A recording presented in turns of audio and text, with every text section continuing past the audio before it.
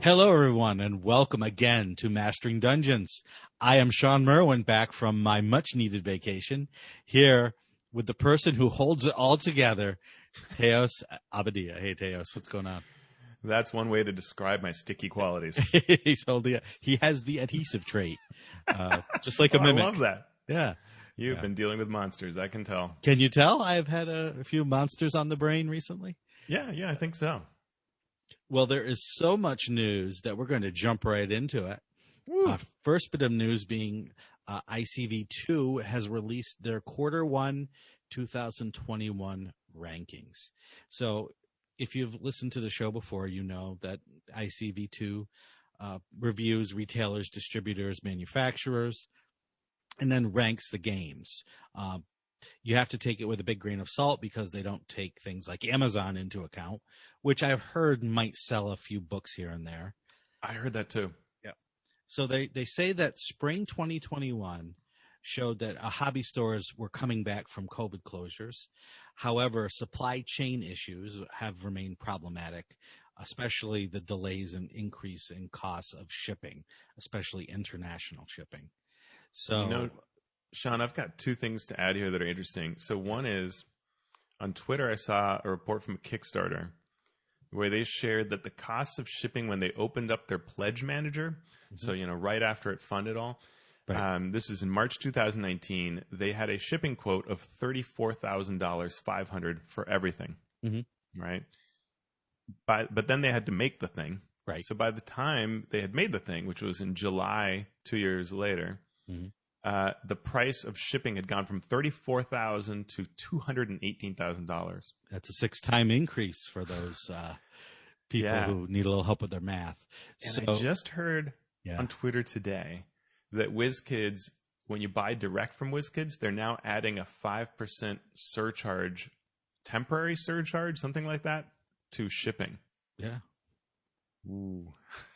Yeah, I've heard similar things from many companies, especially companies that are, doing overseas distribution and manufacturing, that it's absolutely out of control.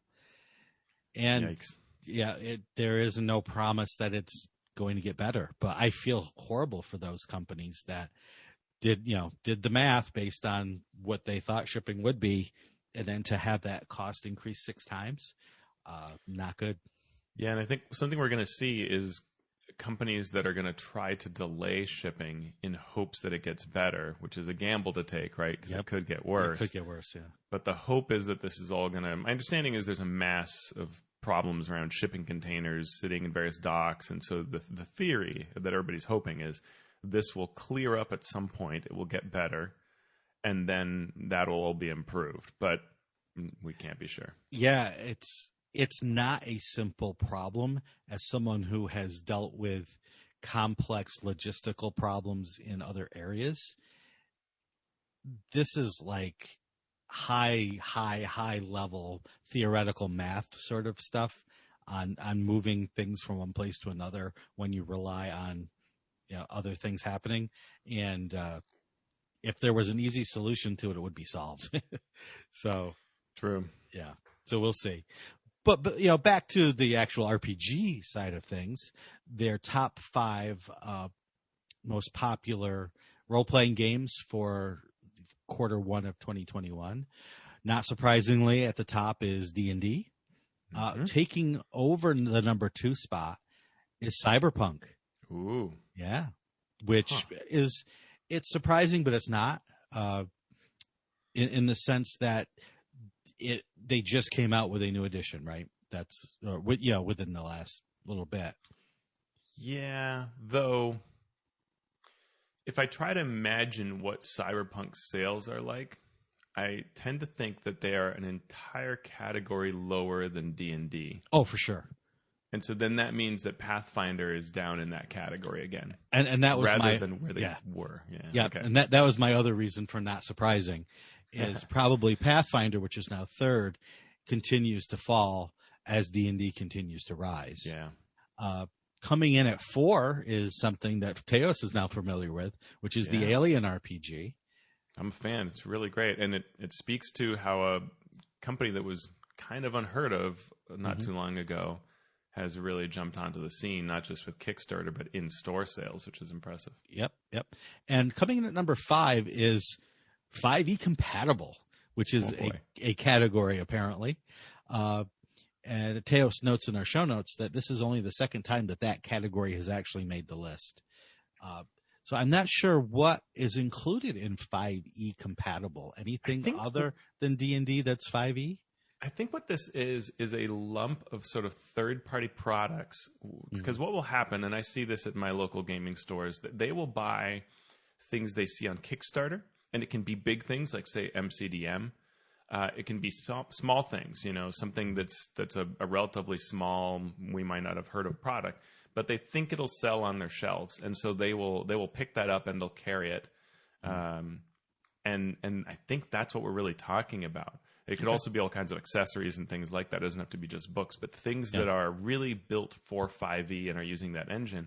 And that speaks to, all of those third-party sales being so big that they land in at this spot over all these other games. That's impressive. Yep. And if you're interested in other kinds of games and other product lines, they also have categories for like the top 5 non-collectible miniature lines, top collectible card games or dice games or board games. So all of that information is available on the article from icv2.com that we link in the show notes. But Teos is going to add a little bit here. Yeah, I just want to add that in 2 of those categories, WizKids shows up multiple times through their various minis. And so it's just worth noting that they're actually bigger than you think they are because they stretch into these different categories across their different types of unpainted minis, collectible things, games. So they're worth remembering what a major player they are in this space. Yeah. They have collectible card games, collectible mini games, categories that they show up in. So pretty cool. And I also want to add, just as we're recording right at this minute, there is a Hasbro earnings call going on. And comicbook.com had some early news from the call that they're apparently watching. They even shared a slide from it. And this slide that they shared was really impressive. Net revenue growth for Hasbro. And I think this was actually for the Wizard. Yeah, this is for Wizards of the Coast, and this is not all of Hasbro. This is for Wizards of the Coast and digital gaming segment of Hasbro. So it's the part we care about the most. Net revenue growth increased 63% from 2020 to 2021. So this is the growth going up from $397 to $649 million. Now that does include Magic, of course. It includes Magic, and it includes the digital area, like things like Magic Arena, and the video games. The operating profit increased 78% from $170 million to $303 million of operating profit. Those are all great numbers for the size that we're talking about. I mean, that's impressive. When you're having 60 and 70% on your increases, that's really something. And it's even more notable in the sense for the fact that it's been like this continually. It wasn't like they saw a huge decrease and then an increase. Right. And I did hear some people say, well, yeah, because of COVID, everyone stayed home, so they spent their money on this. And as soon as the country starts to open up, those profits are going to go down. And guess what? These profits did not go down. They continue to go up. So, yeah, it's, again, we've talked about it every week almost. The growth of the game is phenomenal. And so I hope that everyone out there is getting their fix in, no matter what your flavor of role-playing game is, D&D or otherwise.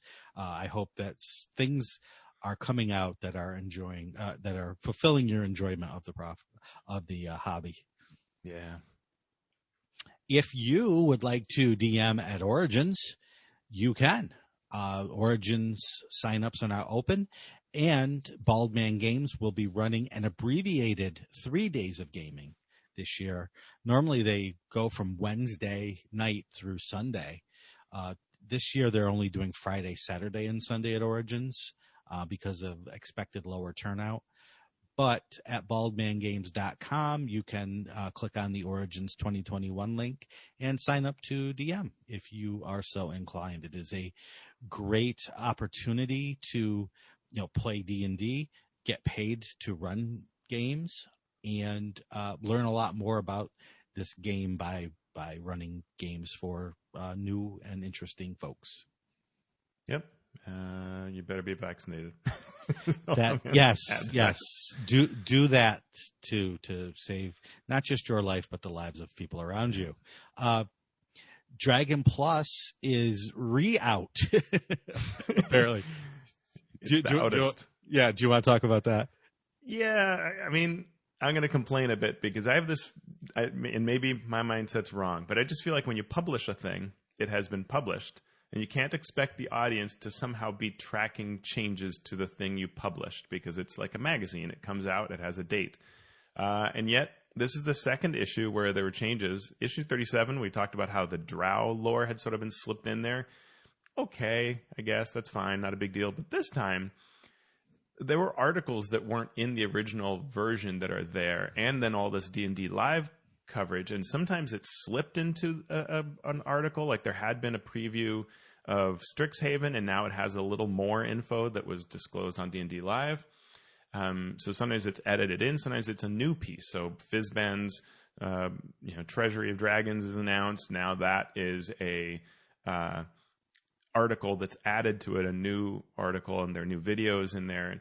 And so I just don't know how anybody's supposed to track this, but it's there. The In the Works section is updated. The D&D Live article is added.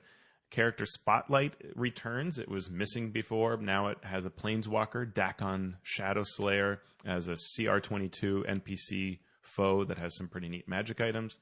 And the map section was missing, and it's now in there with Candlekeep Mysteries and Richten's free maps you can download. So, yeah, I hope they can just get their timing down better next time, because I don't really want to have to research articles for news. Yeah, it's an interesting, publishing is all on its ear compared to how it was even, 10 years ago. So I can understand frustration. I can also see the benefits of waiting on something that has an announcement and then putting it. So, yeah. But anyway, all that information's there now if people want to read it. Another interesting little tidbit that came from Wizards of the Coast was on the topic of canon and what is canon for D&D and what is not. So Jeremy Crawford was talking with media before D&D Live, and he got into a discussion of what is canonical for the D&D role-playing game.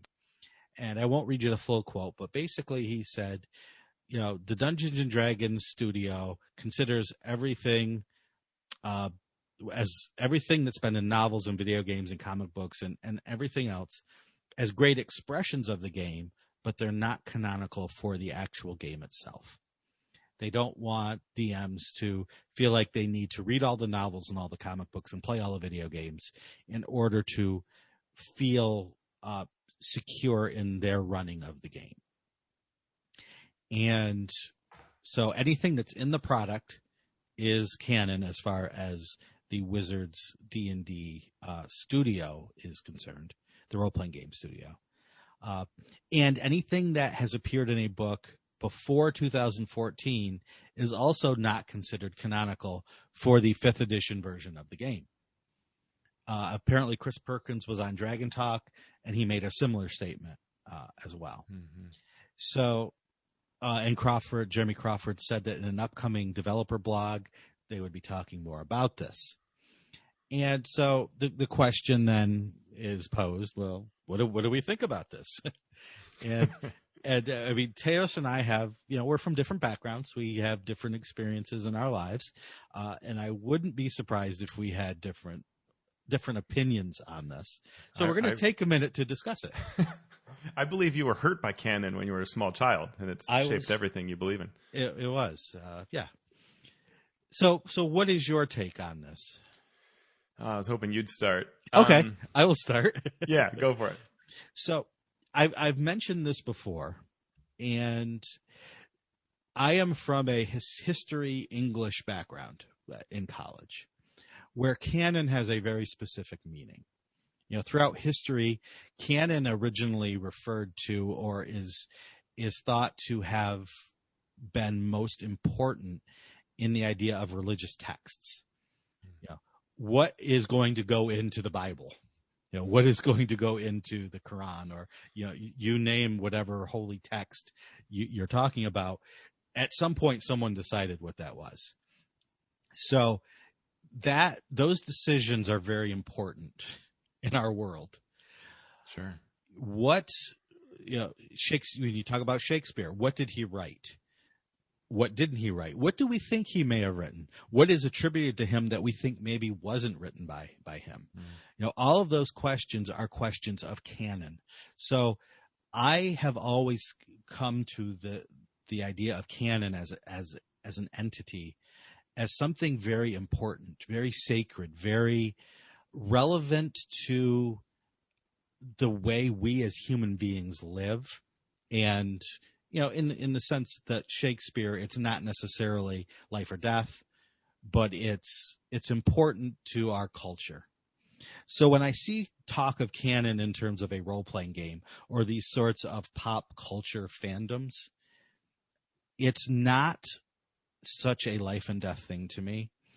And I have seen more creativity stifled by the concept of canon than I have creativity boosted by it. I have seen it used more for gatekeeping than I have for accepting others into a fandom. So when I see canon, my initial visceral response is to roll my eyes.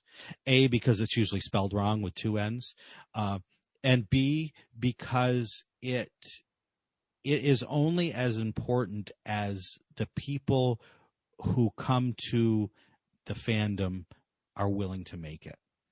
And if a majority of the people don't care about it, then it really is only something that is a personal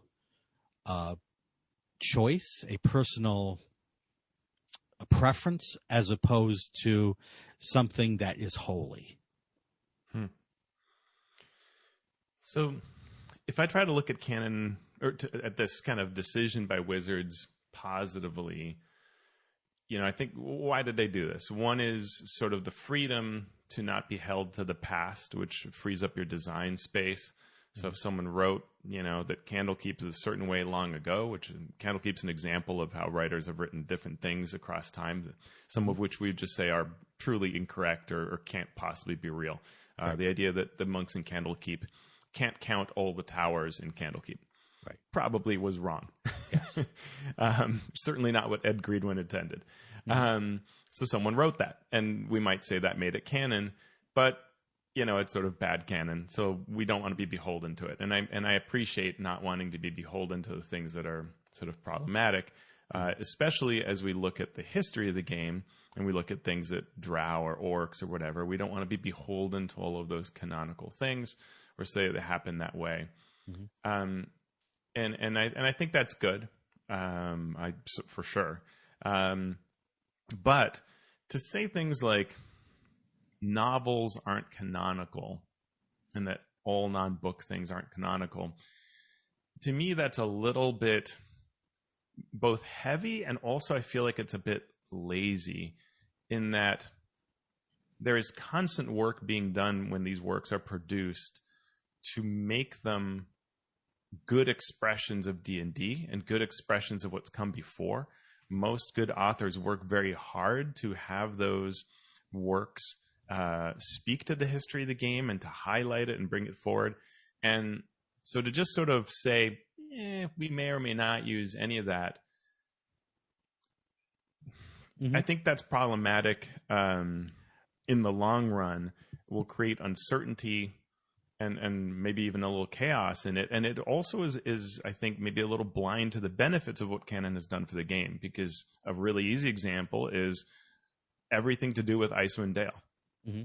It all came from novels, right? A very tiny bit comes from something other than novels, right? And it's probably the least interesting part. And while there are problematic parts in the Drow series of novels, I I feel like to just say that nothing there is canonical, well, it just means now I don't know anything about what came before, because there's so little about Drizzt or those novels in actual written 5e works, that it's almost like none of it exists anymore. And I think that's a step too far. Yeah, well, there's two ways to come at it, too.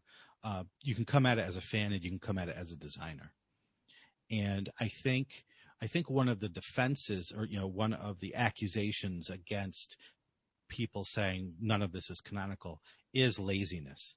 And it's not necessarily lazy. It's not necessary that they are ignoring everything that came before. It's just they do not have to be beholden to it.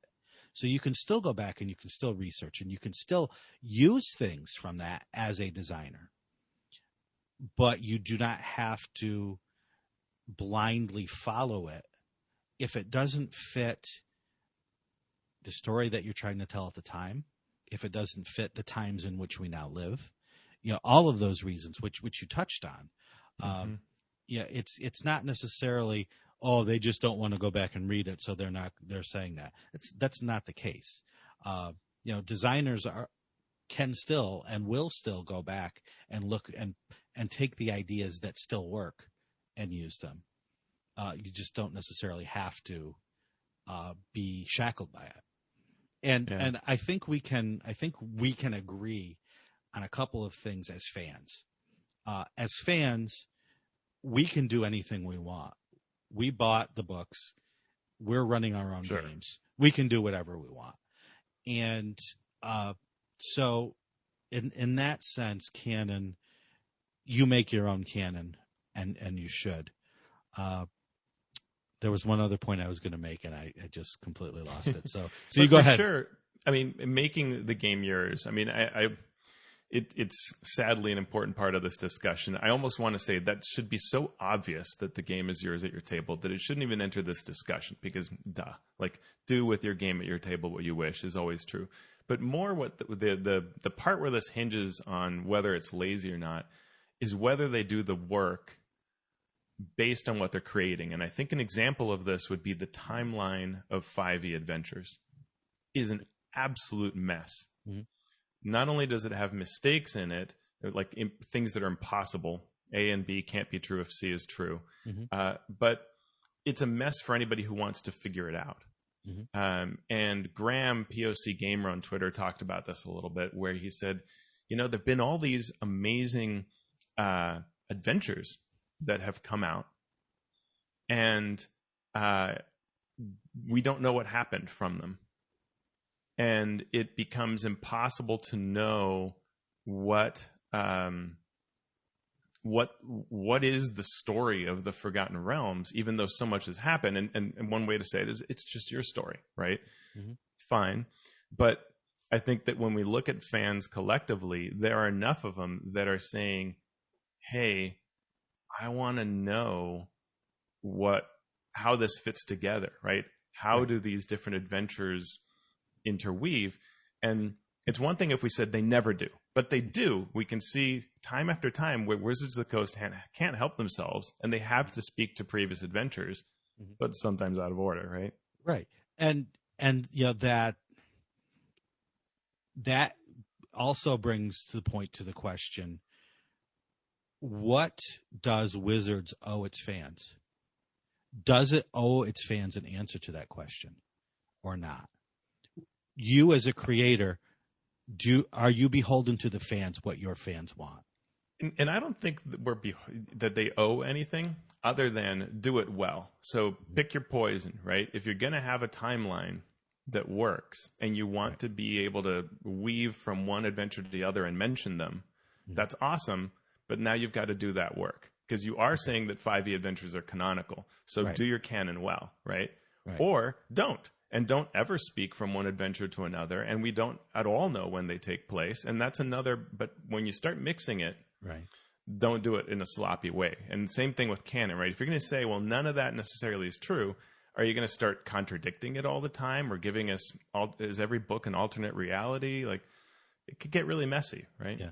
So does Wizards owe it to, if the movie, the D&D movie, uses Mordenkainen.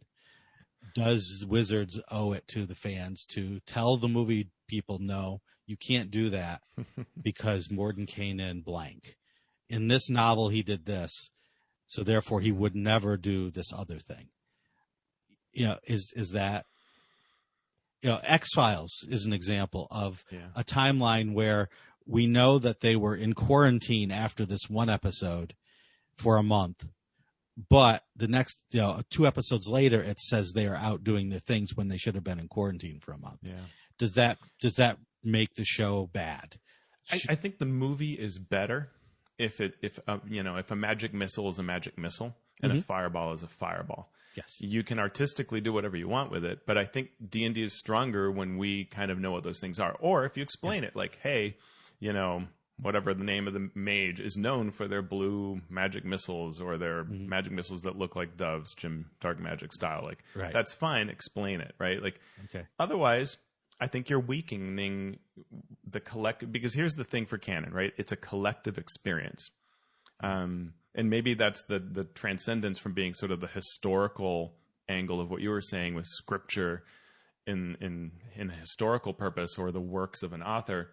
I think for role-playing games, it's about that communal experience, the fact that we all can come together and understand who Tasha is in some way, right? And derive that. That's why we bother to say Tasha, right? Why even mention Tasha? Like, you could just invent a character. Well, no, there is a benefit to drawing from the history of the game.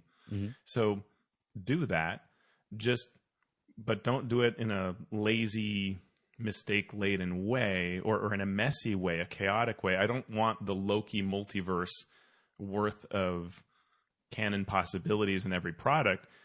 I think that would drive us all bonkers, right? Because we all want to have conversations with each other.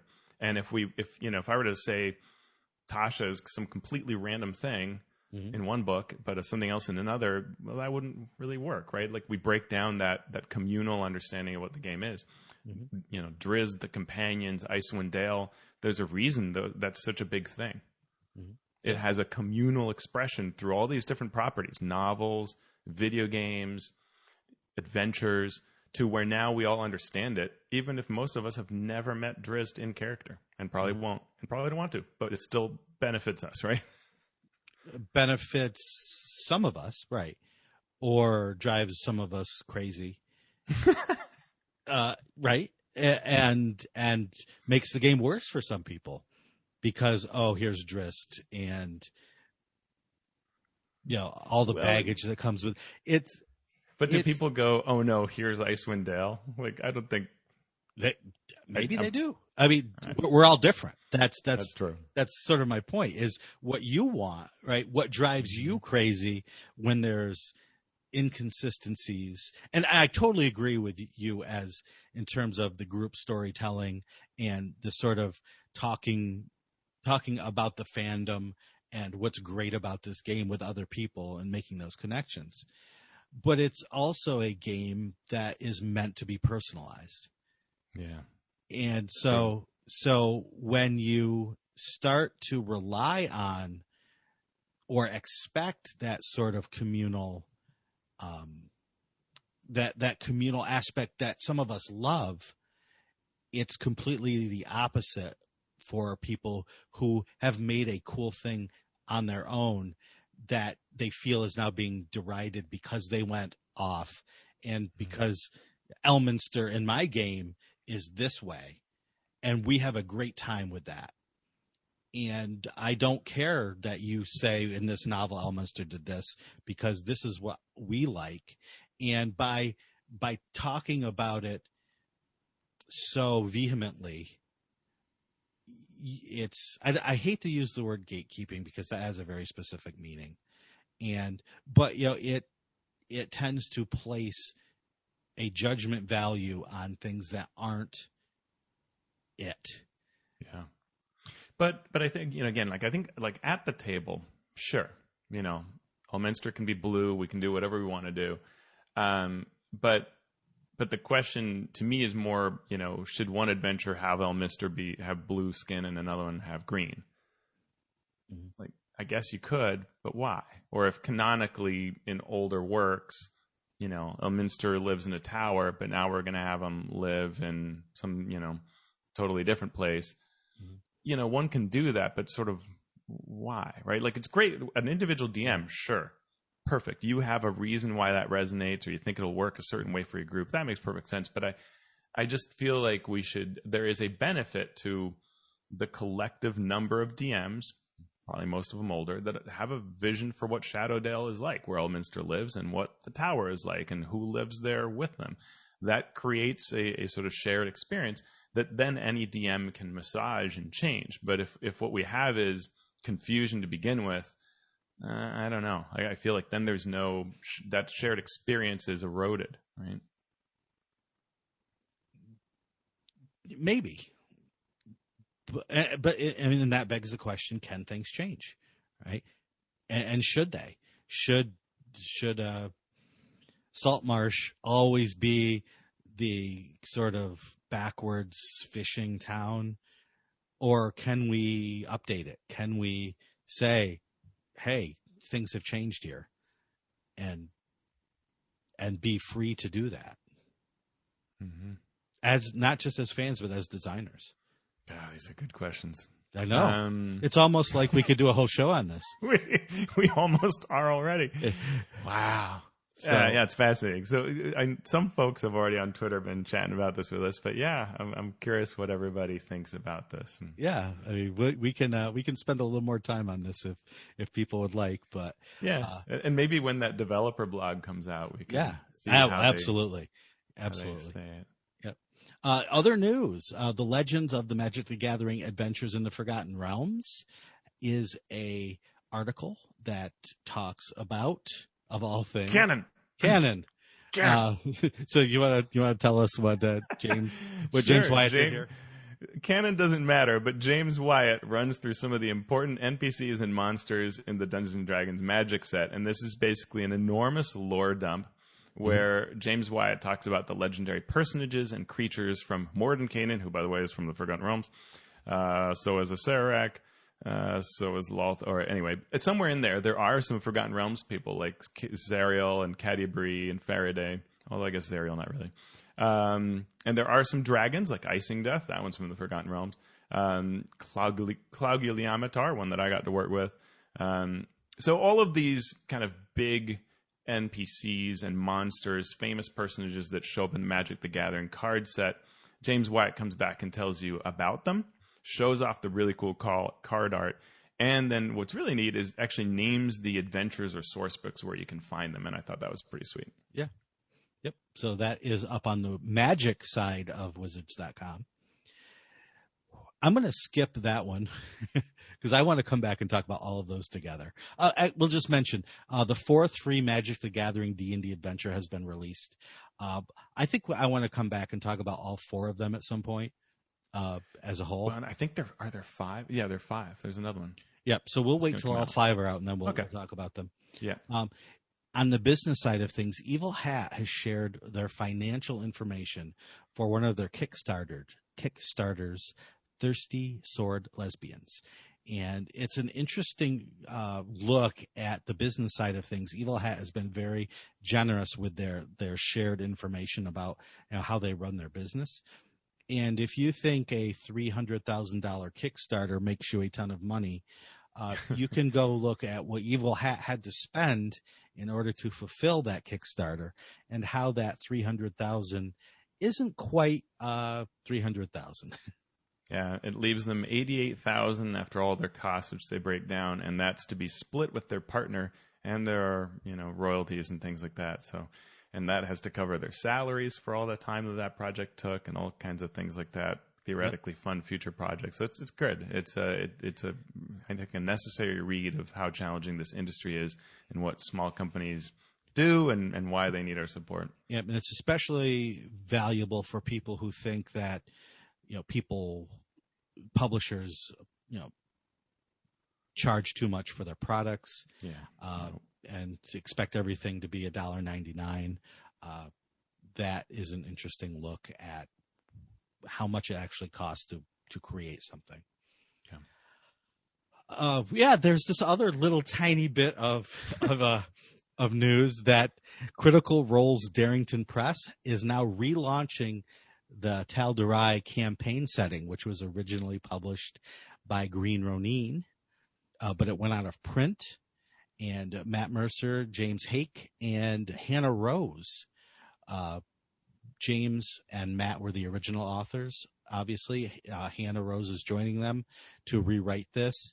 It's a guide to the Tal'Dorei setting, which, of course, is part of the Critical Role world.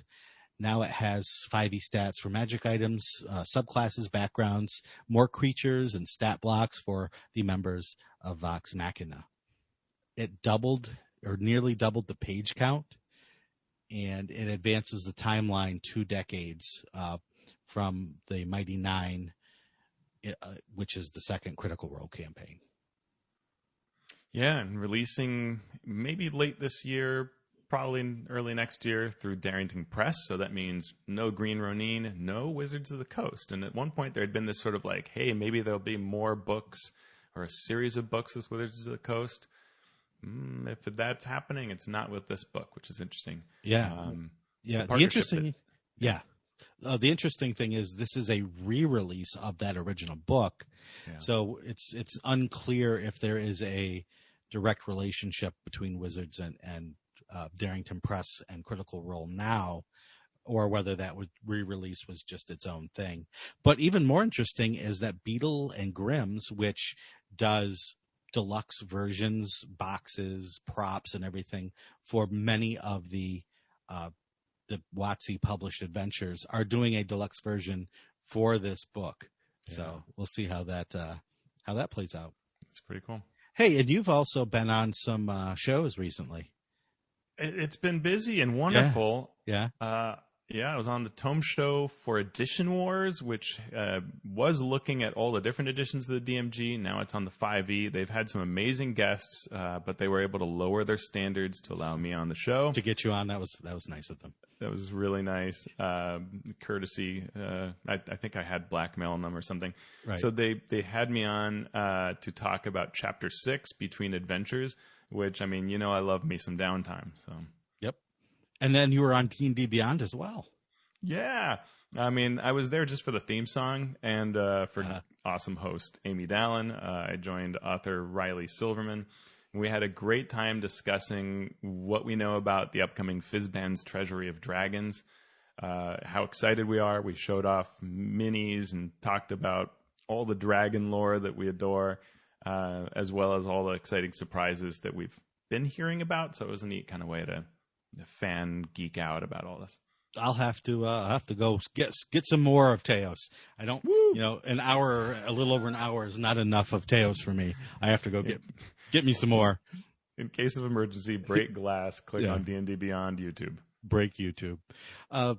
And last but not least, the Kickstarter for the Dungeons of Drakkenheim supplement. It's a campaign/adventure set in a city that has been destroyed by meteors, and it is being done by the Dungeon Dudes, who have their own Twitch stream, YouTube channel where they give advice, as well as run a live stream of their game.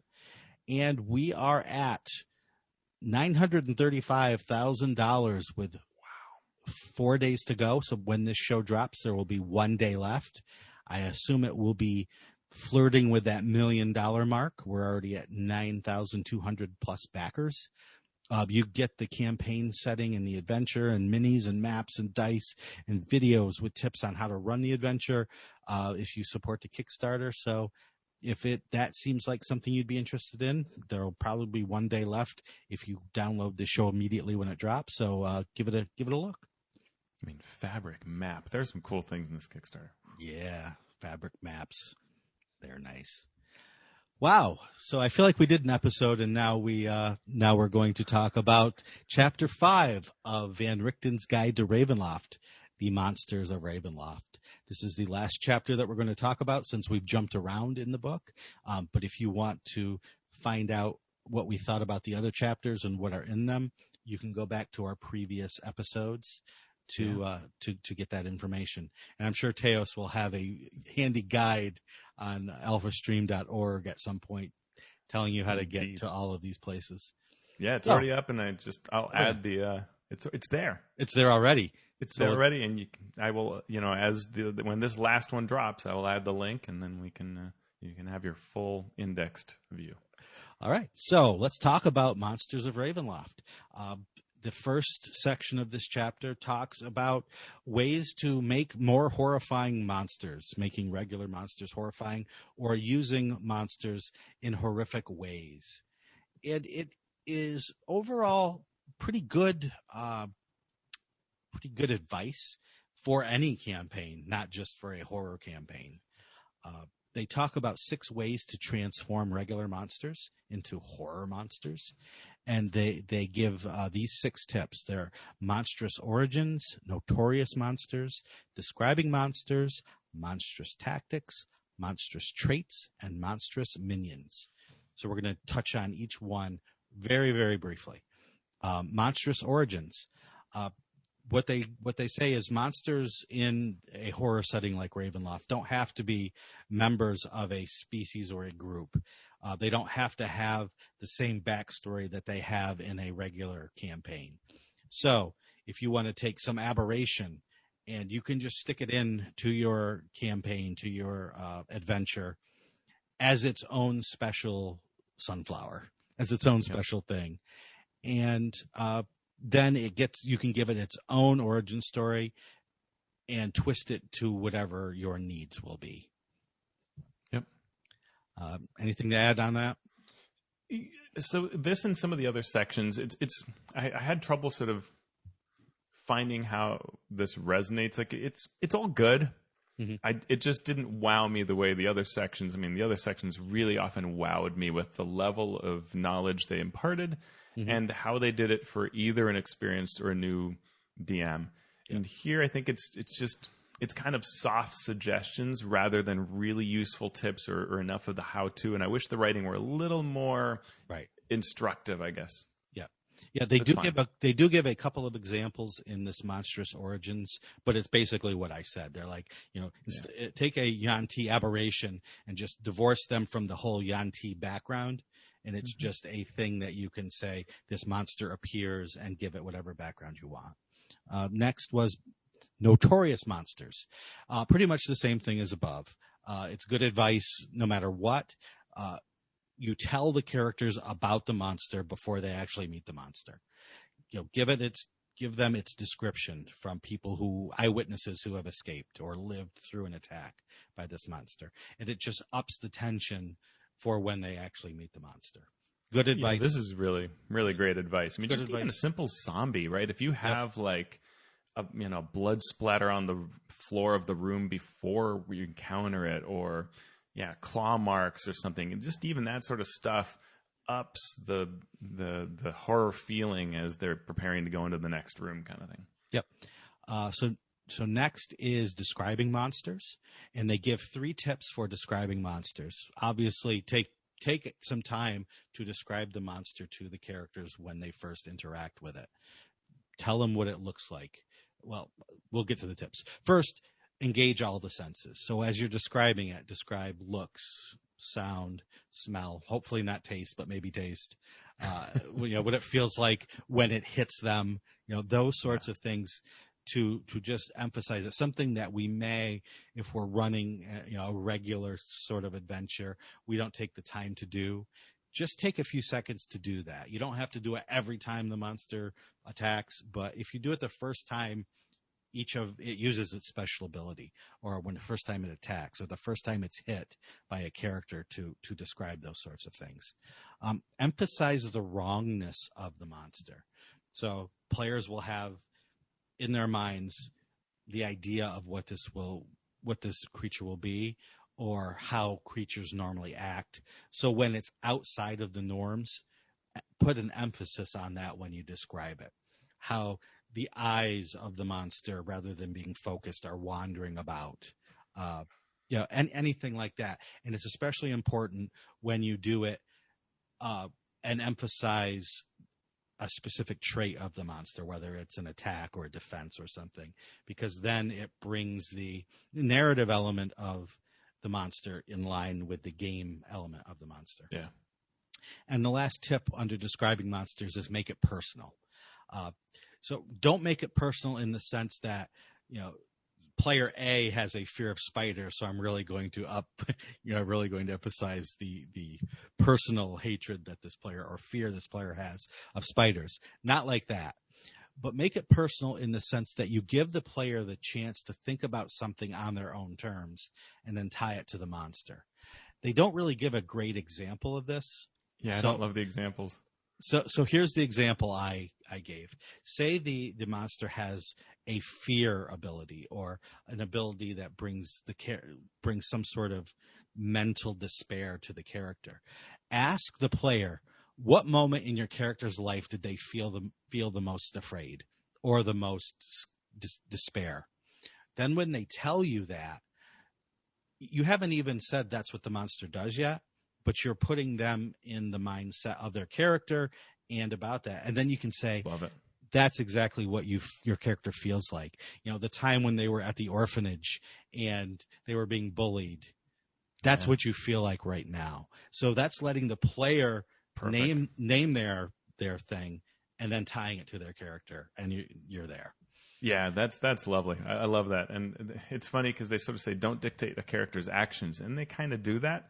Mm-hmm. This is much better. And that's a great technique, Shawn, to say, ask a question of when they felt a particular thing, revulsion, dread, fear, whatever, and then lean into that. Yep. What's the ugliest, most nauseating thing you've ever seen? All right, that's what's happening here. Where would you not want to put your hand? Exactly. All right, next was monstrous traits. And so the monstrous tactics is interesting because they say, use tactics that are different to highlight just how strange and terrible these monsters are. And they give the example of the face-biting goblins, where these goblins, they're actually hobgoblins, but they're called goblins by the people of that world, of that realm. Domain. Yep. They say, so rather than the goblins coming in and attacking with their short swords, which is in their stat block, have them bite these people, have them bite the adventurers in the face. However, the bite only does 2 points of damage average rather than the 5 points that the short sword would have done. And I'm like, okay, yes, that is a different tactic. But just have the bite do the 5 points of damage. Yeah. Right? Because that gets the point across. It's bad to say, oh, this horrible goblin does this really weird, horrible, terrible thing to your character. 1 point of damage or 2 points of damage. Have that, or you need to double the number of goblins so you have an average of 4 damage and you're pretty close. Right. But, So there's no reason why you can't change the thing. It doesn't break the game to have them do the actual damage that it would have done. Right. So just describe it differently. Yeah. And that's something that you as a DM can do without breaking the game. Without it's. Even add a point of damage to it that more than it would have been, because you want to get that point across that it is a tactic. And then they talk about, basically optimizing your tactics after saying, do the bite that only does 2 points of damage. Then the next bit of advice is optimize your tactics to show how really dangerous this is, which, okay. That's if that's what scares your players and their characters, then totally do that. You want to add anything to that? Yeah, I think that in terms of tactics, I would think more about situational things or pacing things. Like, it's one thing to face a foe and then have more rise up, right afterwards, right? So you think it's an easy threat, but it's actually horrifying.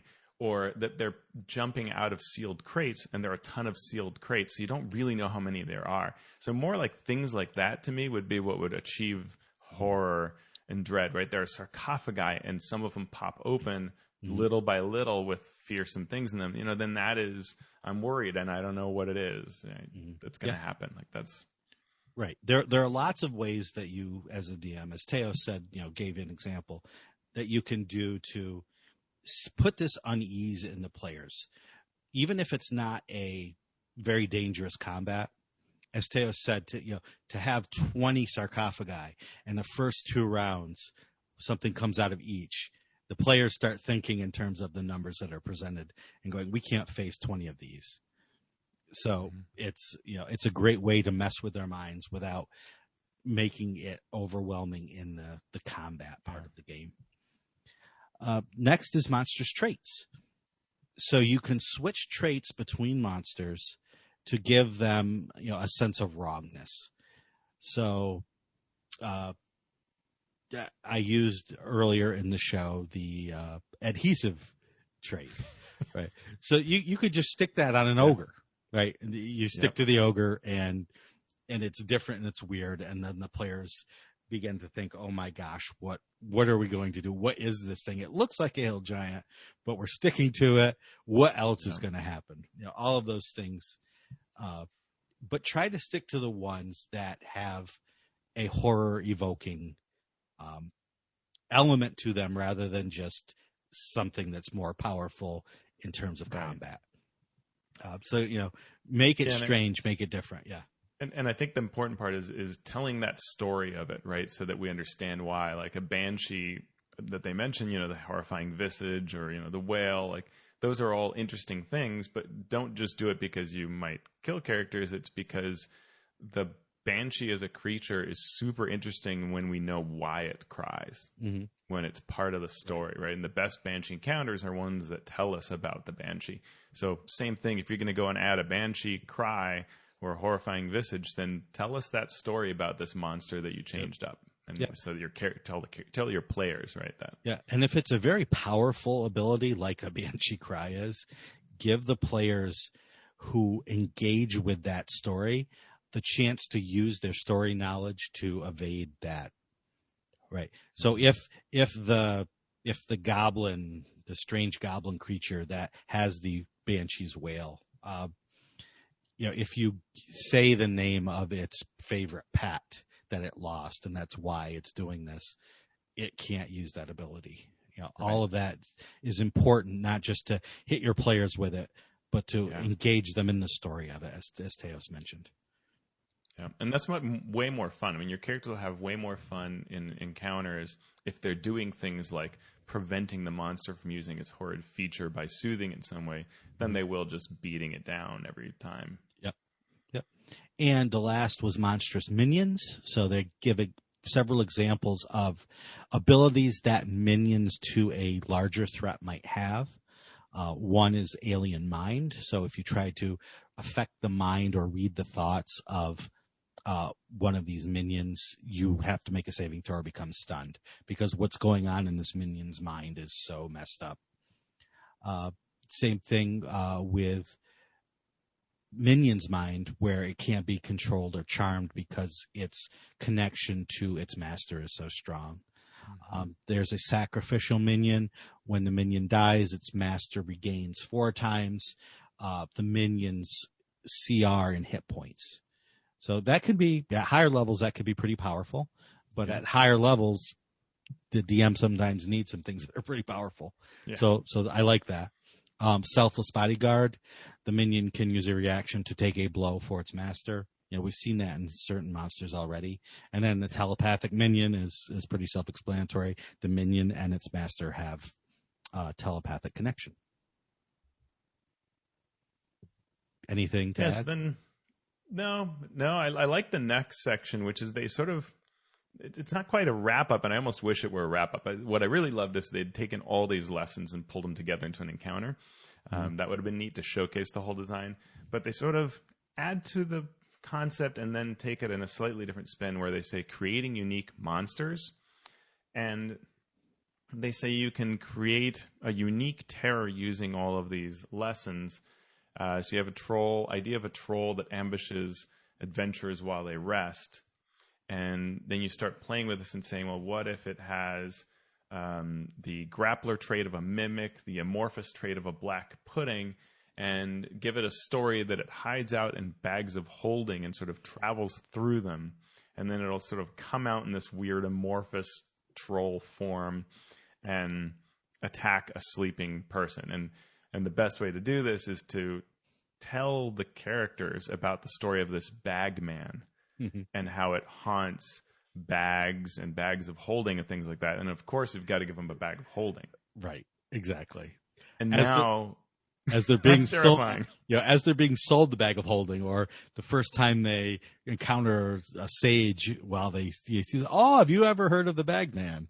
And now you've got paranoia running rampant, and every short rest, they're gonna be worried about what comes out of the bag. So it's a really, really great example, and they kind of write up the whole beware the bagman piece. It's good stuff. Yep. So, and then the final part of the chapter is the actual bestiary, which gives you a bunch of new monsters. And I'm going to let Teos talk about these for a bit. So, two really quick things that stood out to me as a designer. First, alignment is gone. Yep. And sometimes I want to go there are times when I was reading this and thinking about this, I thought, this is fine. This is okay. Maybe it's problematic to have alignment and say, all creatures of this type are evil or whatever. But then there are other times that I found myself actually wanting to look up at that block because the background of the explanation of the backstory of a particular monster wasn't so clear as to what their moral outlook was and how much they varied. And so then I would look at that and not find it there, and I wished it was there. So I don't know. What do you think? Alignment? Yeah, I think we're going back to the canon argument, just on a smaller scale, right? I don't want to be told what the alignment of anything is. I want to use it in my stories the way I want, and I don't want players coming to me at any point and saying, well, we just saw this monster in the, and it attacked us, but it's a lawful good monster, so why would it do that? Couldn't we just say couldn't we just somewhere write alignment is a general indication? There are huge variances, and you as DM can do whatever you want at your table. Isn't that good enough? And probably 60% of people would say, okay, yeah, I get that. And then the 40% don't care about that. They see a thing and they want to be an expert in that thing. And so even a suggestion of the thing becomes its truth. Yeah. I mean, I think the reality is alignment is going to disappear from 6E. Yep. So it's just heading that way. But I know. I understand what you're saying. But the other thing is, and we're going to talk about this now, is I want any information that I need to run the battle in the stat block, and I want everything else out of there. And the next thing that is unusual nature, because many of the monsters have a trait called unusual nature, and all it says is they don't require sleep, or they don't require air, or they don't require food. And I don't care about that. Yeah. Yeah.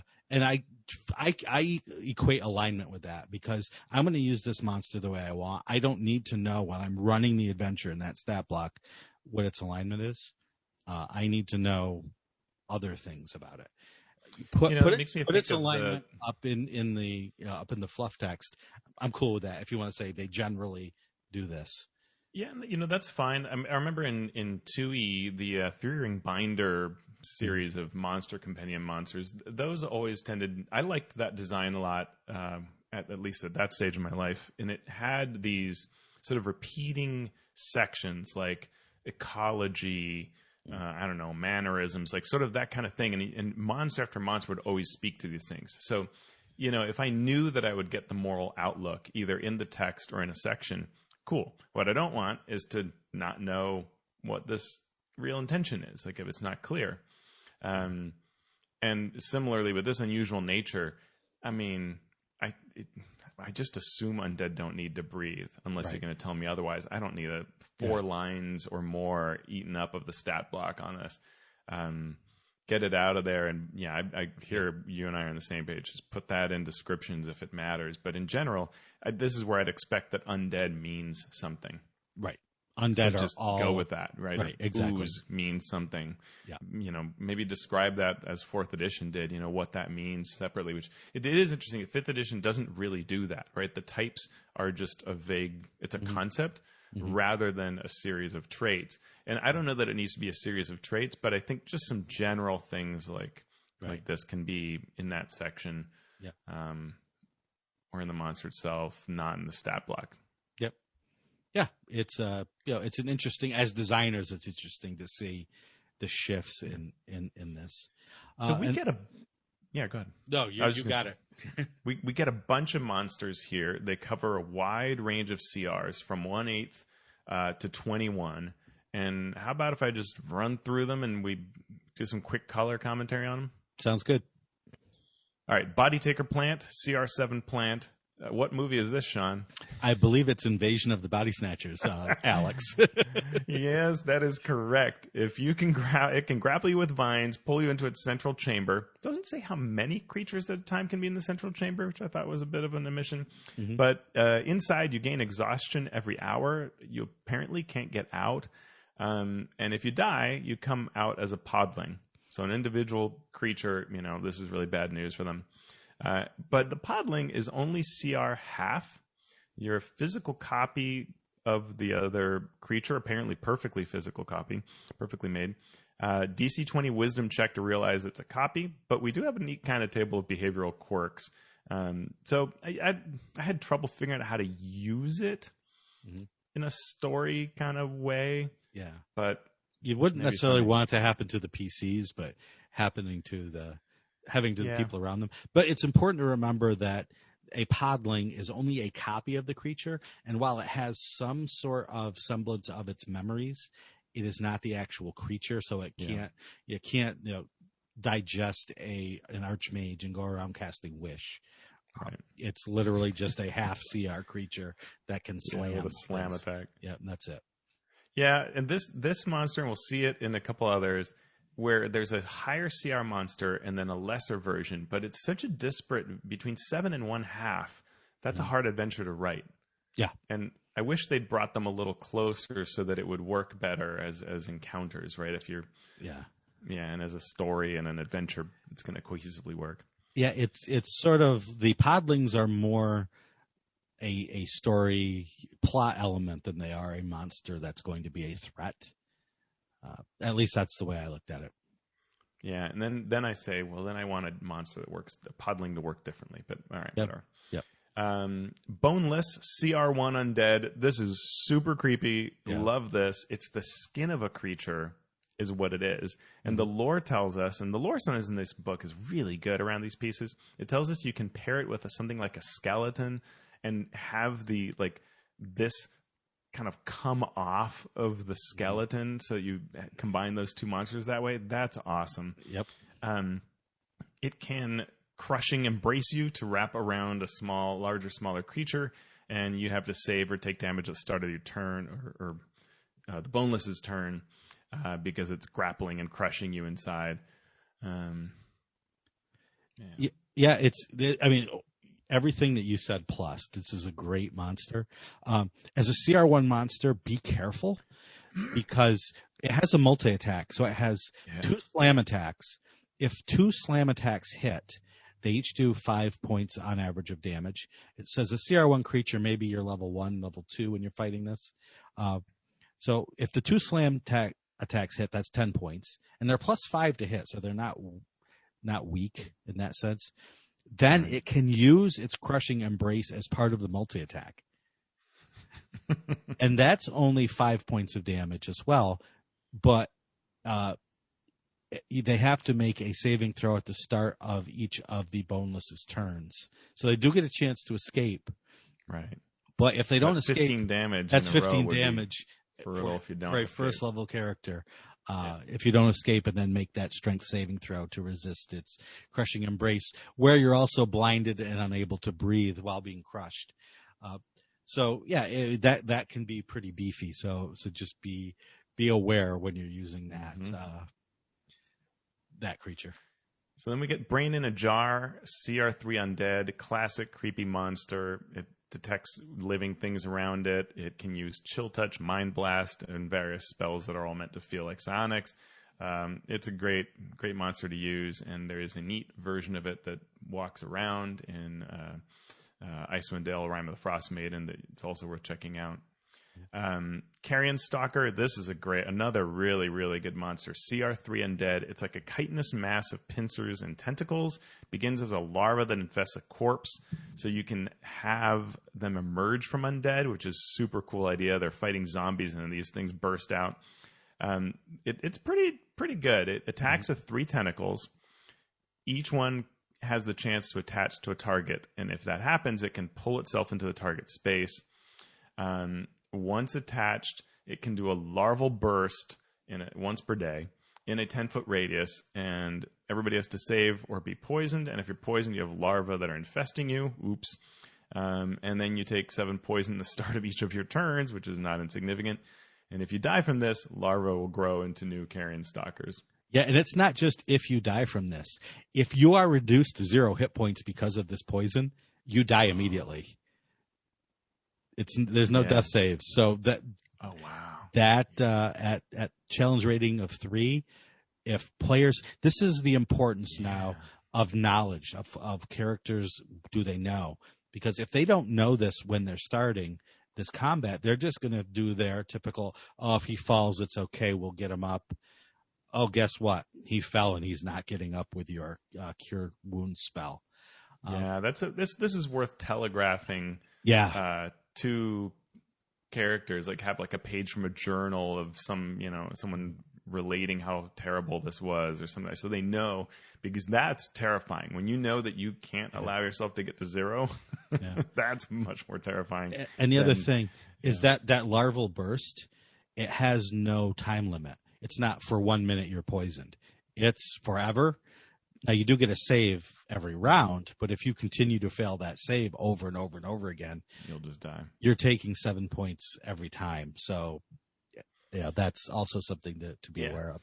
And I admire that, because I once kept track of how many saving throws I failed in an online game, and it was 14 in a row. Mm-hmm. So, winners like me can really go down. How about the Carrionet? Oh, the Carrionet is very interesting. So, as Teos notes in our show notes, if you had a creepy doll on your Van Richten's bingo board, now's the time to mark that square off. These are toys or constructs or dolls that have been created by a toy maker or someone. And then that toy maker wished so much that this toy would be alive that it sort of does become alive, in the sense that it takes your soul and switches it with its, and then controls your body forever while your soul is trapped in the toy that you made. I would expand this lore to be any child as well, any child that has a beloved toy, because you can do some really creepy stuff with that. Oh wow! And so it has a false appearance, so you can't tell the difference between it and the regular toys. It has a silver needle attack that only does 4 damage, but you need to make a charisma save or you're cursed. The curse forces you to subtract a d4 from every ability check or attack roll. And then while you're cursed, it can try to swap souls with you. And it's another charisma saving throw. So, hey, barbarian, how's it going? And if you fail it, the Carrionet swaps bodies or souls with the target. The Carrionet keeps its wisdom, intelligence, charisma, but uses the body statistics. Of note, though, it can't use any class features or proficiencies. So if they do take over the barbarian, when the barbarian attacks, it can use its strength to grade X somebody, but it can't use its proficiency bonus. Doesn't have proficiency rage or anything like that. Yeah, no rage, nothing like that. And you can you're unconscious. If you get switched, you're unconscious for an hour, and then you wake up inside the Carrionet, inside the construct, but you can't do anything else. And unless the construct is destroyed or a protection from good and evil is cast on you, you stay there. And I think if I'm reading it correctly, the ways you switch bodies are, you don't want to have your new body die, or your old body. If your actual body dies, you die and the Carrionet dies. Mm-hmm. So don't do that. That's the no-no. Yep. if you can deal damage to the Carionet's new body with its silver needle, which you have because you are inside of it but unconscious, if someone can pick that up and do it, that will swap them back. Or a protection from evil and good spell. So I don't know that killing the Carionet ends this. Sorry, I thought I read. But then I guess you could just pick the needle up. If the Carionet's body is destroyed, both the Carionet and the target die. You're right. Okay, never mind. So when you're in the Carionet, you can move and you can actually do things after that hour that you're unconscious. But an hour later. But nobody knows. You can't talk. So nobody knows who you are. You're just this creepy doll that's moving around. It's could super be fascinating. Yeah. How this would all work. I have to almost play with this. Like this is, on my list. And then I think you and I were both thinking like, oh, this is just an adventure concept where you just swarm the PCs with Carionets. Yeah. And now the adventure is you must play the Carionets to find the, your bodies and. Right. That would be an awesome, fun adventure. Wonderfully fun. And I think these are some of the few monsters I've seen that actually can pull off that kind of thing because, subtracting a D4 when you're at low levels can be a big deal. Mm-hmm. And they're armor class 15, so hitting them is actually quite hard. Right. And with CR1 creatures, you could actually swarm a fair number. You could have a fair number of them in an encounter and maybe pull this off. So it's interesting. Yep. It's good work. Yeah, it has a chance to be super fun with the right group of players. All right, so moving on. Death's Head is a CR1/2 undead flying head, and it comes in sort of three forms that I don't know how they exactly chose these three, but they chose three. There's just sort of your thing that bites.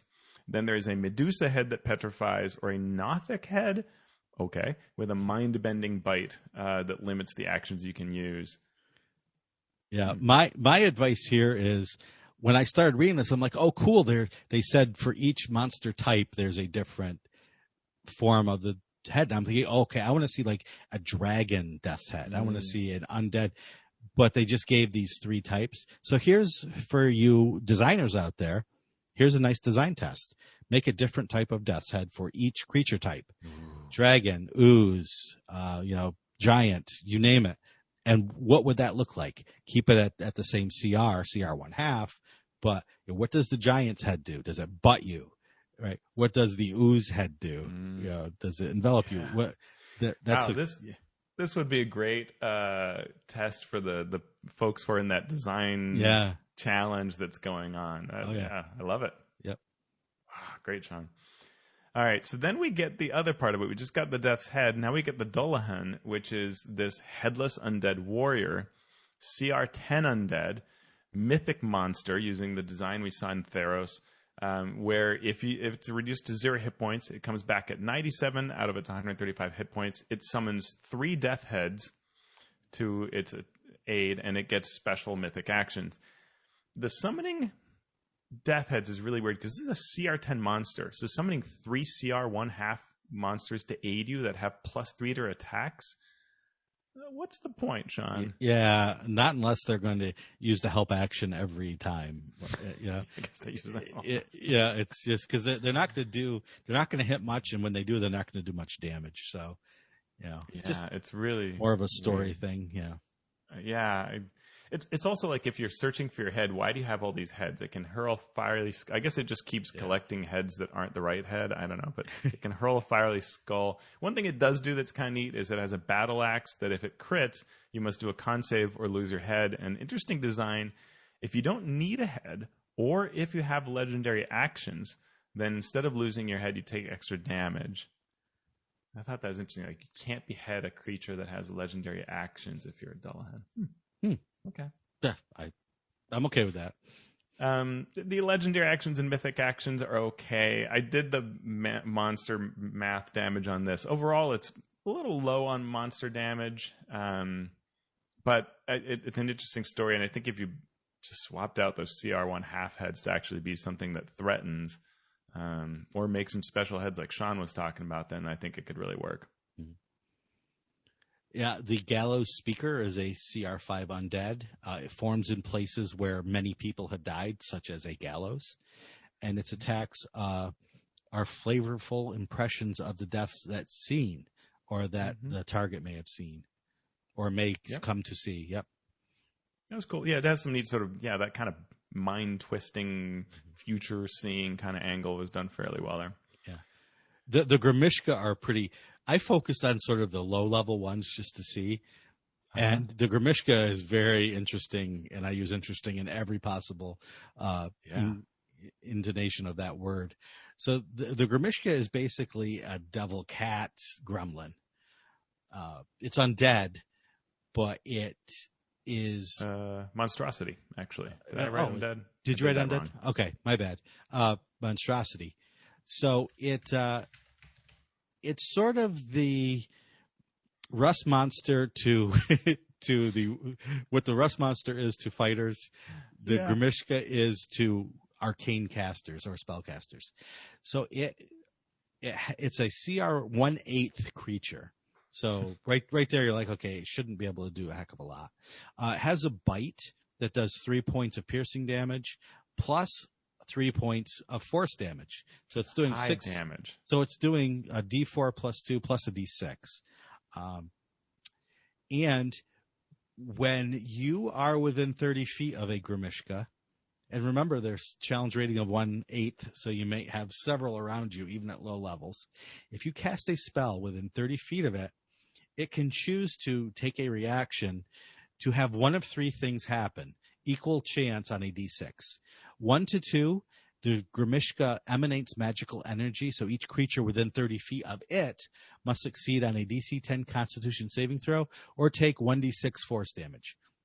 So if you're surrounded by 8 Grimishka and you cast a spell and all 8 of them get that, you are taking 8d6 of force damage unless you make a DC 10 Constitution saving throw.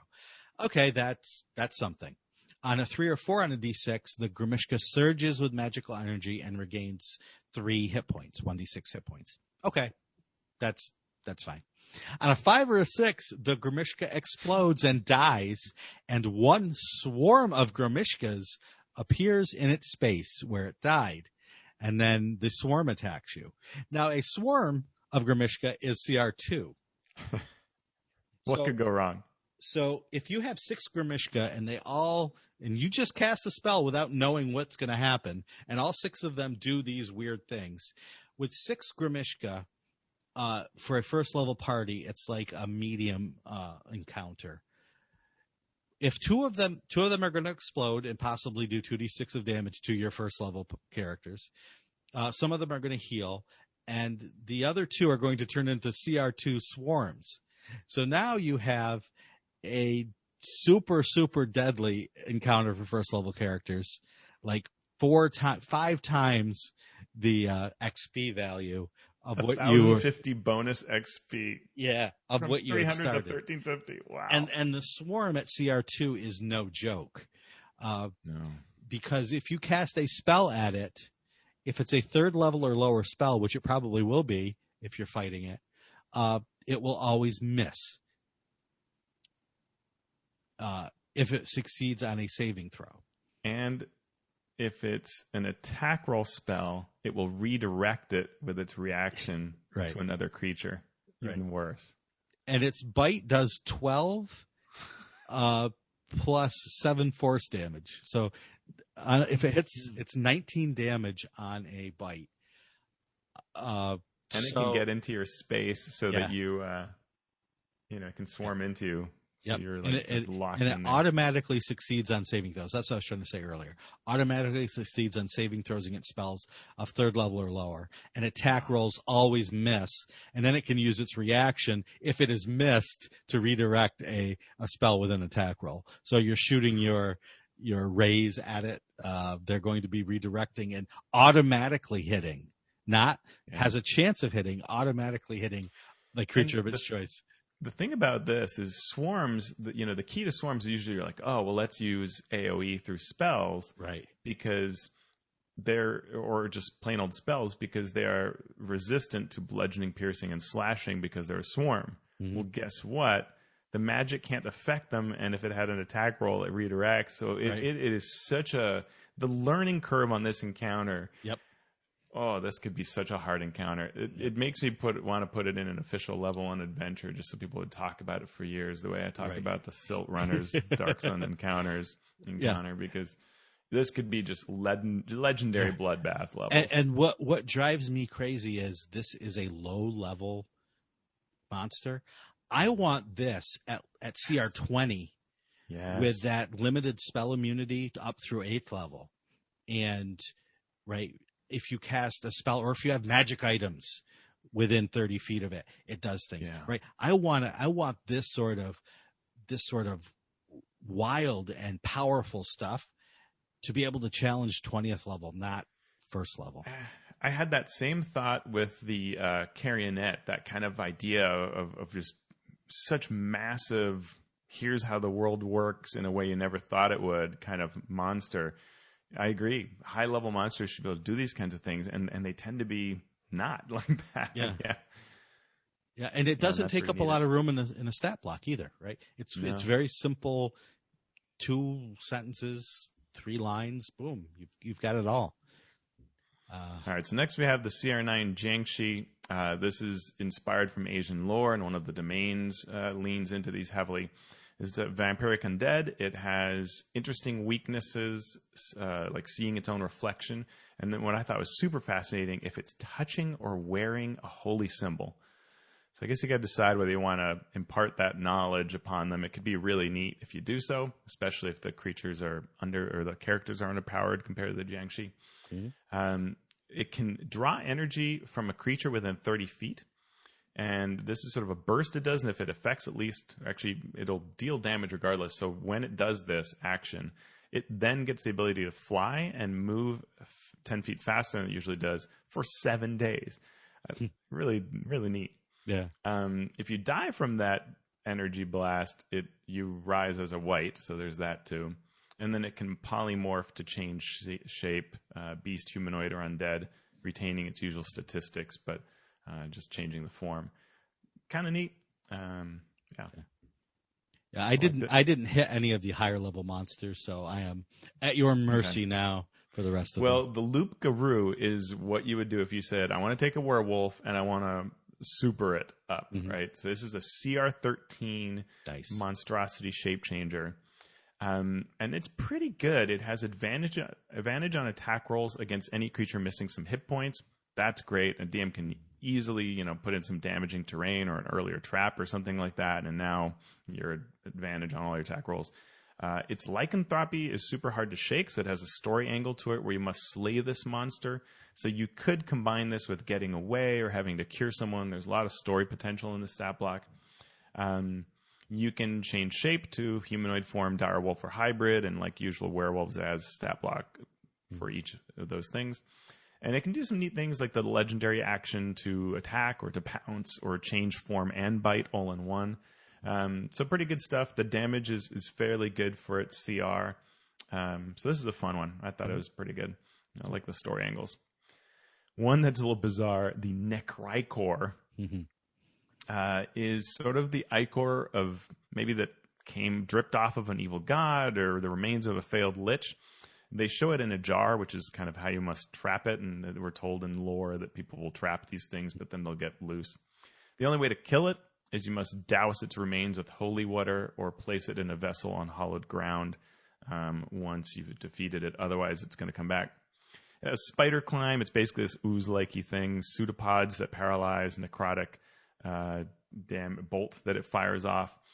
And then an interesting thing is this blood puppeteering, which is a recharge 6 power con save, or it controls a creature that's missing hit points. Attaches itself to it, so now it does the whole thing where if you deal damage to the character, half of it goes to the ichor, half of it to the character.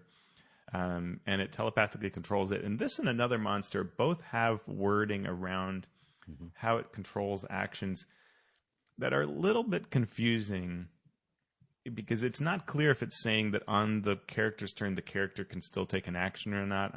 I was a little confused by how the wording is. But. Yeah.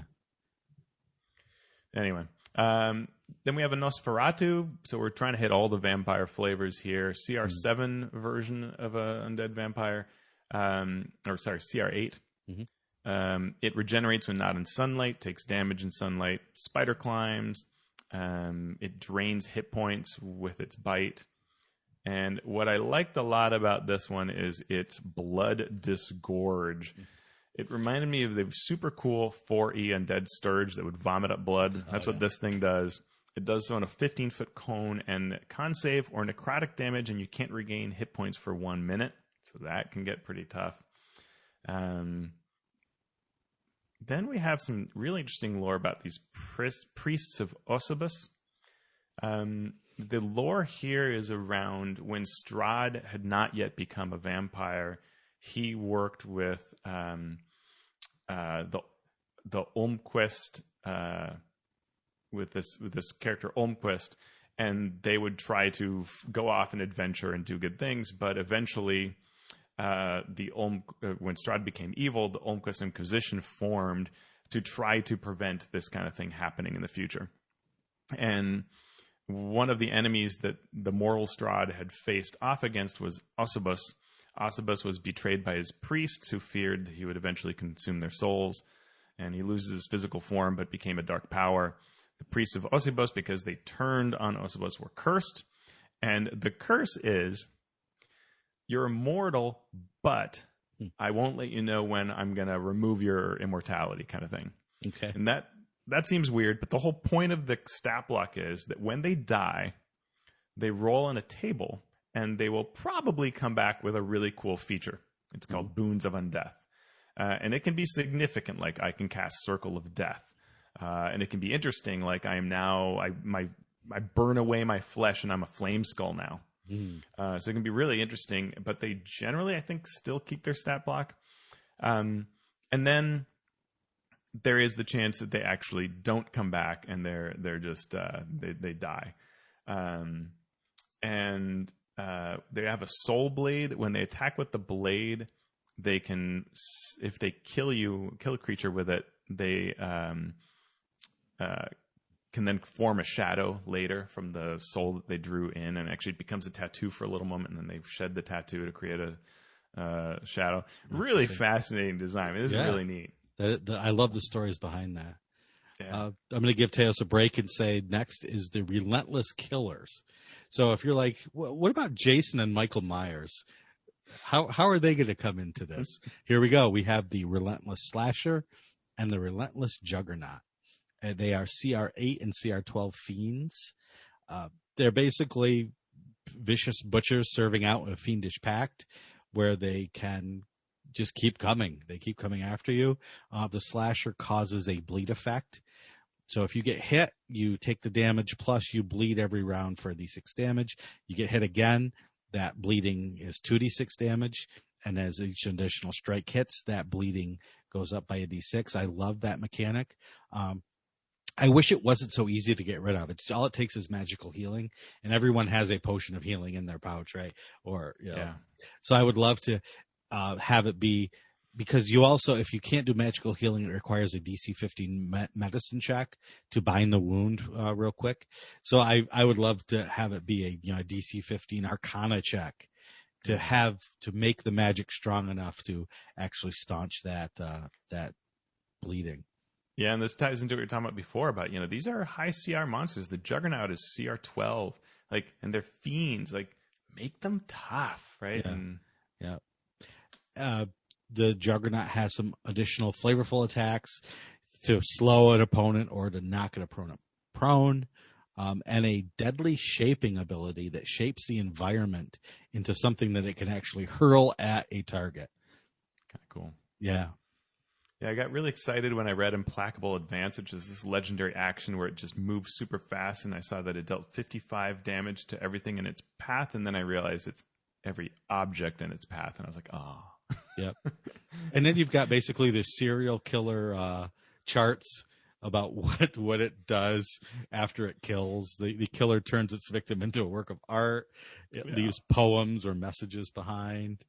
All of that sort of creepy stuff that is available to you at the low price of whatever you paid for the book. We then get Star Spawns. We get 2 of them, and Star Spawn had a whole bunch of stuff in 4th edition. Here we get just the concept that there are weird, enigmatic, far realm type beings, and they sort of come and express themselves in different forms. And the way the encounter is supposed to work, the way the monster is supposed to work, is you start with a lesser star spawn, which is a CR19 aberration, by the way. And it can be and it can take the form of some other monster, so it can appear like a medium creature of its choice for a while to sort of do whatever plot things it's doing. And then when you fight it and defeat it, it instantly returns as the greater form. And only by killing the greater form, which is a CR21, can you actually vanquish this thing. Nice. So already CR-wise, you're like, all right, it's 19 and 21 all in one. You know, we're talking about fairly high level. That's good.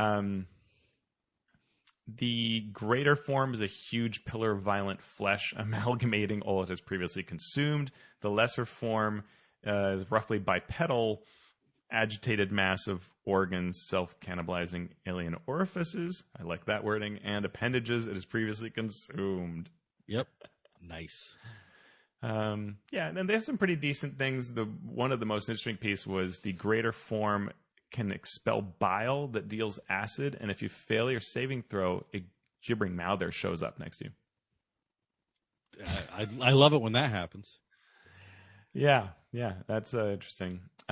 Which again, pretty low CR, but at least you have that saving throw confusion type effect, so probably could be interesting. Yep. Next, we have the Strigoi, which is basically an advanced form of a Sturge. So it has a claw attack and a proboscis attack. It's pretty stealthy. It can obviously fly. And then if you get hit by the proboscis, it does the same sort of hit point thing that a Sturge would do, but it also regains hit points equal to the necrotic damage that it does. So, and then it can summon Sturges as well once per day. We get two swarms, the swarm of maggots and the swarm of scarabs, and we get a swarm behavior table that you can use to sort of change any swarm up a bit. Like it makes up skittering noises that sound like whispered chanting when it moves. Yeah, okay, cool. Yeah. The swarm of maggots deals damage, has a chance of giving you a disease. And when you finish a long rest, you roll a d6 to determine the disease effect you had. This can be blinded until a long rest. Your hit point maximum decreasing by 5, and that can't be undone until the disease ends. Or disadvantage on ability checks and attack rolls until your next long rest. Ooh, No player is going to love that one. Yep. The swarm of scarabs. If it starts its turn in the space of a dead creature, the corpse is destroyed. So if you hate your characters. Yes. And I like that when it deals damage, it's also burrowing into your flesh, so it continues to do damage at the start of your turn unless you stop and hurt yourself. It's very kind of old school. Yeah, it's interesting. You were talking about the Umquist before. The Umquist Inquisitors are in the book. They are CR8 humanoids, and there's 3 flavors: the Inquisitor of the Mind Fire, the Inquisitor of the Sword, and the Inquisitor of the Tome. So the lore behind this is Almed once worked with Strahd when Strahd was mortal to fight evil. So when Strahd turned evil, Almed worked with his friends to organize 3 orders into this Inquisition. So, the 3 types the 3 orders are of these 3 types. Did you want to say anything about the types? Yeah, the 3 NPCs that they Olmed worked with. Mm-hmm. So Cozima's group, Inquisitor of the Mind Fire, power that blazes within your mind, has ranged psychic damage as its multi-attack along with a longsword. It can cast spells and command creatures within 60 feet, forcing them to do an action that the Inquisitor chooses. It's again got that kind of wording that confuses me a bit.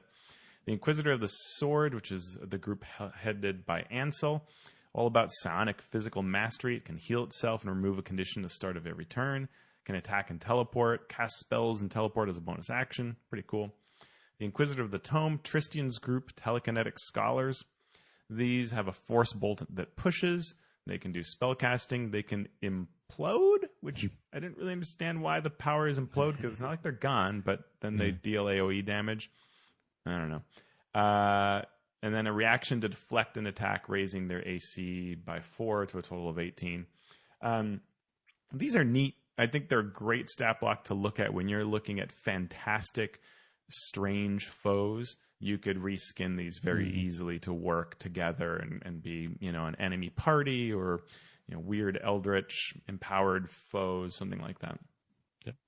We have a monster called the Unspeakable Horror, which I think everything that we've talked about fits that bill. But these are specifically half-formed evil that lurks in the mist. The things that the dark power have not quite yet formed into something more specific. The remnants of ruined domains, nightmares, and so on. And they are customizable. So you can make your very own flavor of Unspeakable Horror. The 4 body compositions, we can roll a d4, such as loathsome limbs, which are spider-like legs, many appendages, and thrashing tentacles. Then you can also roll on the limbs table. And then you can have a hex blast action with another roll. So, there's all different sorts of permutations of what the Unspeakable Horror can be. Yeah. It's neat that they added that to the mists have dangers in them. Yep. Next is the Vampiric Mind Flayer. It's a CR5 undead. Ties into the domain of Blutspur, where the damaged Elder Brain created these mind flayers to be vampiric, go out and feed, and bring back sustenance. The tentacle can grapple. Then it can deal damage with Drink Sapience and also inflict a level of exhaustion and regain hit points. So if it does that a couple of times, your players will not be happy about having multiple exhaustion levels. Bonus action to Disrupt Psyche. It's a psionic 30-foot radius, save or incapacitated 1 minute, repeat save at end of turn. So it's sort of like a souped-up Mind Flayer in some ways. Yeah, we get a Were-Raven, which is something that we actually saw, I believe, with Curse of Strahd. But they are, just like I said, Were-Ravens, shape changers that can change into human form or raven form. And they have a society around them which tends to fight against evil.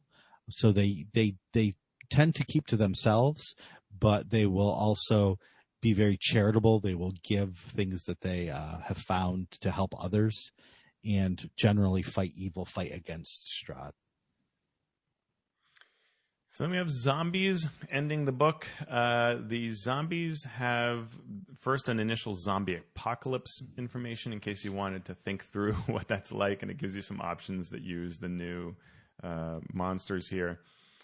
We get the Swarm of Zombie Limbs, CR1 Undead. It attacks like a regular swarm, but it also does Grasping Limbs attack for damage and restraining.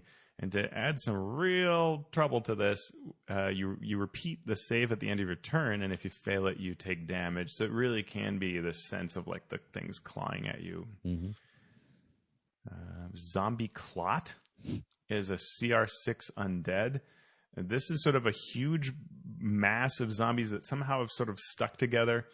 They have a horrid stench kind of aura within 10 feet, con save or poison damage, and poisoned. And they can do 2 slam attacks or a rechargeable attack called Flesh Entomb, where you fling a clump of corpses at a creature within 30 feet, deals damage, restrains them. They're totally covered by this clump that fell on them.